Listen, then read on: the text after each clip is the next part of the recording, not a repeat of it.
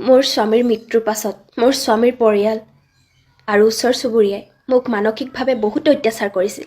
আনকি ঘৰৰে এজন ব্যক্তিয়ে মোৰ লগত শুবলৈও চেষ্টা কৰিছিল আৰু সেয়া হ'বলৈ নিদিয়াৰ কাৰণে মোক বহুত অত্যাচাৰ কৰিছিল। সকলোৱে কৈছিল যে ময়েই কুলক্ষণী, যাৰ কাৰণে মোৰ স্বামী বাইক এক্সিডেণ্ট হৈ মৃত্যুমুখত পৰিব লগা হৈছিল। মই কাকো একো ক'ব পৰা নাছিলোঁ। চাগে ময়েই কুলক্ষণী আছিলোঁ। সেইকাৰণেই মই সৰু থাকোঁতে মোৰ মাকো মই হেৰুৱাবলগীয়া হৈছিল। মোৰ স্বামীৰ মৃত্যুৰ সময়ত মোৰ গৰ্ভত আছিলে 9 মহীয়া এটি সন্তান আৰু স্বামীৰ মৃত্যুৰ এমাহৰ পাছতেই মোৰ এজনী ছোৱালী সন্তান জন্ম হৈছিল।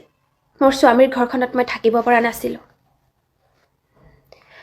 বহুত অত্যাচাৰ সহ্য কৰি, বহুত কথা শুনি অৱশেষত মই নিজৰ ঘৰখনলৈ ঘূৰি গৈছিলোঁ। মই জানিছিলোঁ যে মোৰ নিজৰ ঘৰখনতো মই শান্তিৰে থাকিব নোৱাৰিম, কিন্তু তথাপিও মোৰ কাৰণে আৰু একো উপায় নাছিলে। আৰু ঘৰলৈ গৈ মই যি ভাবিছিলোঁ সেয়াই হ'ল। মোক ঘৰৰ মানুহ বা ওচৰ চুবুৰীয়াই কোনেও মোক শান্তিৰে থাকিব নিদিলে। কাৰণ আমি হৈছোঁ গাঁৱলীয়া মানুহ। স্বামীৰ যদি মৃত্যু হয়, গাঁৱত সদায় পত্নীকেই দোষাৰোপ কৰা হয়। ময়ো তাৰ ব্যতিক্ৰম নাছিলোঁ। এনেও মই সৰুৰে পৰা বহুত কষ্টেৰে ডাঙৰ দীঘল হৈছিলোঁ। মোৰ মা নাছিলে। যাৰ মা নাই তেওঁহে গম পায় জীৱনটো কিমান কষ্টকৰ হয়। আৰু তেনেকৈয়ে এদিন গুৱাহাটীত কাম কৰি থকা এগৰাকী বায়ে মোক গুৱাহাটীলৈ মাতিলে সৰু সুৰাকৈ কাম কৰিবৰ কাৰণে। আৰু তেনেদৰেই মই গুৱাহাটীলৈ আহি NGO এটাত কেয়াৰটেকাৰ হিচাপে কাম কৰিবলৈ ল'লোঁ। নিজে চলিব পৰাকৈ 2 এটকা উপাৰ্জন কৰি ভালদৰে আছিলোঁ। কিন্তু তাৰ পাছতেই মোৰ ছোৱালীজনীৰ ব্ৰেইন টিউমাৰ হ'ল আৰু মৃত্যুক সাৱটি ল'লে। কাক ক'ম? কোনেনো শুনিব? শুনিলেও জানো কোনোবাই বুজিব? বুজিলেও জানো কোনোবাই কিবা কৰিব পাৰিব? মই একেবাৰে নিৰুপায় হৈ গৈছিলোঁ। যেন জীয়াই থাকিব লাগে বাবেই মই জীয়াই আছিলোঁ। আৰু এনেকৈয়ে এদিন লগ পালোঁ কেব চালক ভূপেনক। লাহে লাহে কথা বতৰা আৰম্ভ হৈছিল।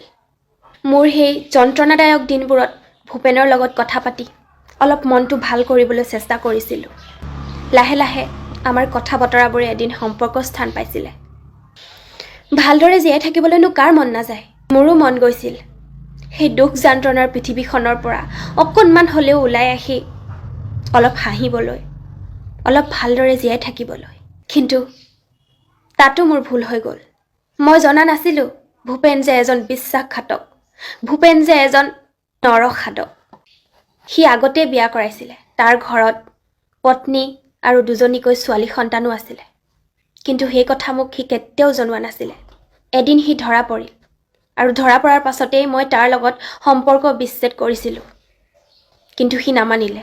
সি মোক বাৰে বাৰে ব্লেকমেইলিং কৰিছিলে, মৃত্যুৰ ভাবুকি দিছিলে। তাৰ লগত কথা নাপাতিলে সি মোক প্ৰাণে মৰাৰ ভাবুকি বাৰে বাৰে দিছিল। আৰু মই সেই ভয়তে তাৰ লগত পুনৰ কথা পাতিছিলোঁ 2 এটা। হ'লেও কিন্তু সদায়ে কাজিয়া হৈ আছিল। আৰু এই ভয়তে মই পাণবজাৰ মহিলা আৰক্ষী থানাত এখন এজাহাৰো দিছিলোঁ। কিন্তু তেওঁলোকে চাগে সেইটো ইমান ডাঙৰ কথা নহয় বুলি ভাবিলে। আৰু এনেদৰে আমি কাজিয়া পেচালৰ মাজেৰে কেতিয়াবা কেতিয়াবা কথা পাতিছিলোঁ প্ৰাণৰ ভয়ত। আৰু এদিন কাজিয়া পেচালৰ অন্তত গুৱাহাটী মহানগৰীৰ ৰাজপথত দিন দুপৰতেই মোক ভূপেনে চুৰিৰে পেটত সানি খুচি পেলাই থৈ গুচি গ'ল। সেই সময়ত কিন্তু ওচৰতে কেইবাজনো মানুহ আছিল। কোনেও কিন্তু সহায় কৰিবলৈ আগবাঢ়ি নাহিল। ভূপেন গুচি যাওঁতেও কোনেও ৰখাবলৈ চেষ্টা নকৰিলে। এনেকৈয়ে কিছু দেৰিৰ পাছত হস্পিটালত গৈ মোৰ মৃত্যু হ'ল। কিন্তু মোৰ মৃত্যুৰ পাছতো মানুহে মোক শান্তি নিদিলে। জীয়াই থাকোঁতেতো মই শান্তি নাপালোৱেই কোনোদিন, আৰু মৃত্যুৰ পাছতো মোক শান্তি নিদিলে। মোৰ চৰিত্ৰ বেয়া আছিলে, সেইকাৰণে মই বোলে মৰিব লগা হ'ল। আপোনালোকে এবাৰ ক'বচোন মোক, মই ক'ত ভুল কৰিছিলোঁ? গুৱাহাটীলৈ অহাৰ বাবেই নে শেষ হৈ যাব ধৰা জীৱনটোক পুনৰ এবাৰ জীয়াই তুলিবলৈ চেষ্টা কৰি বহুত বিশ্বাসেৰে ভূপেনৰ হাতখন ধৰাৰ বাবে? ক'ত ভুল হ'ল মোৰ? এবাৰ ক'বচোন। হয়, এয়াই আছিলে মৌচুমীৰ জীৱন।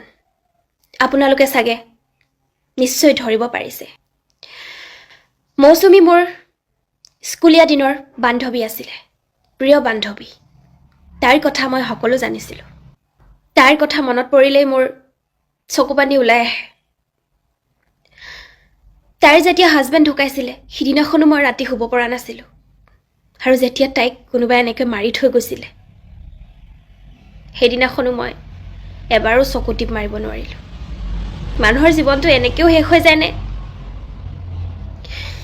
ভাবিব নোৱাৰোঁ মই তাই ভালে থাকক য'তে আছে গুৱাহাটীৰ মৌচুমীৰ লগত থকা এগৰাকী বাইদেৱে মোক অনুৰোধ কৰিলে যে তাইৰ কথা লৈ পেলাই অলপ ক'বলৈ বাইদেউগৰাকীৰ নাম মাজনী